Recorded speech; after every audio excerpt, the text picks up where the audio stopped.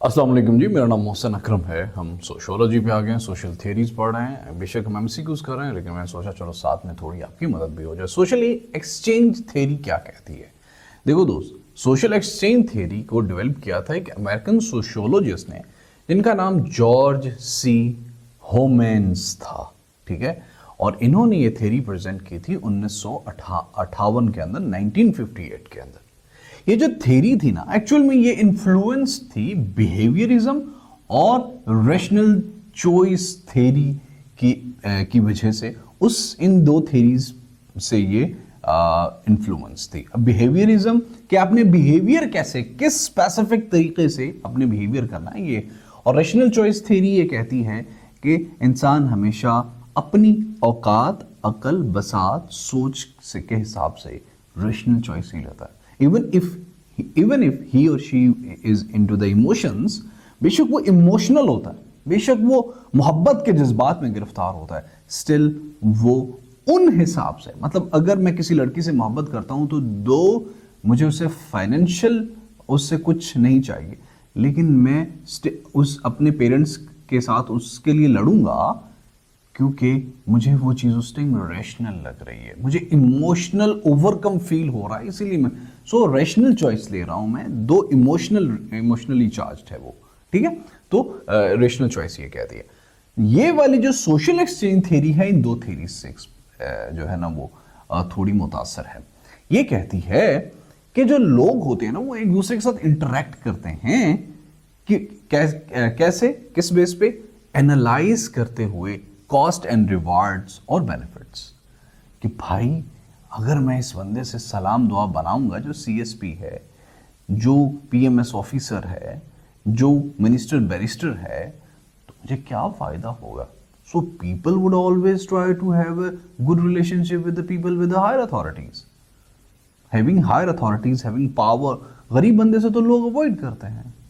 So if someone is giving you benefit, let's suppose दुनिया में सबसे ज्यादा प्यार एक तो इमोशनल होता है ना हमारा, वो हम अपनी माँ से करते हैं, क्योंकि माँ से हमें दुनिया में सबसे ज्यादा फायदा मिला होता है।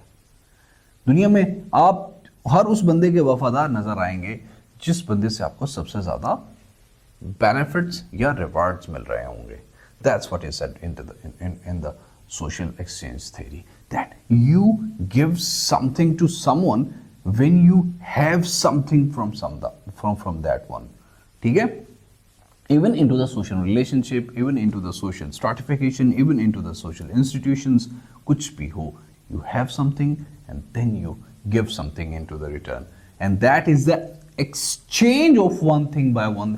और ये हमेशा अगले से हम ज्यादा एक्सपेक्ट कर रहे होते हैं, और हमारा इनपुट हमेशा हल्का होता है, कम होता है यूजुअली। ये सोशल एक्सचेंज थ्योरी होती है। अब क्रिटिसिज्म क्या है, इस पे फिर बात करते हैं।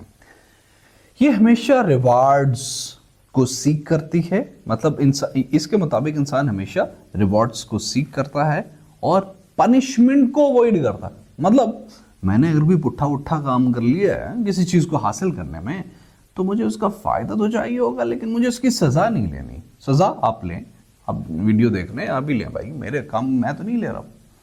ये ट्राई करता है to maximize its profit and minimize cost. इंसान इस थ्योरी के तहत कोशिश करता है कि भाई उसका प्रॉफिट मैक्सिमाइज हो, बहुत ज्यादा उसको फायदा हो और नुकसान बहुत कम हो। एक इदारा है, उसका नाम है पुलिस, उससे मुझे डंडों का डर है मुझे, तो मैं उसके आईजी की बहुत इज्जत करूंगा, वो आया है बहुत खड़ा हो जाऊंगा। सो क्या है, हम कॉस्ट बेनिफिट एवेल्यूएशन के बाद डिसीजन लेते हैं कि हमने अगले के साथ क्या करना है। This is what is. इस पे क्रिटिसिज्म भी हुआ, काफी क्रिटिसिज्म हुआ, लेकिन हम इसका एक ही पॉइंट करेंगे जो अहम है। वो ये कहते हैं कि जो इसके क्रिटिक्स कहते हैं कि भाई क्या इंसान हमेशा रेशनल रहता है? क्या मोहब्बत के जज्बात नहीं होते? क्या जो बेटा है वो तो माँ से इसीलिए मोहब्बत करता है कि भाई माँ ने मुझे पाला? क्या माँ भी इसके लिए मोहब्बत बच्चे से करती है कि ये बेटा मुझे पालेगा या पाला? आई थिंक माँ मोहब्बत करती है, बेशक कोई पाले या ना पाले, माँ तो मोहब्बत करेगी। सो इस पे क्रिटिसिज्म था। इसमें, इस थ्योरी के अंदर इमोशंस की कोई जगह थी ही नहीं। सो काफ़ी ज़्यादा लोगों ने इस पे क्रिटिसिज्म भी किया था।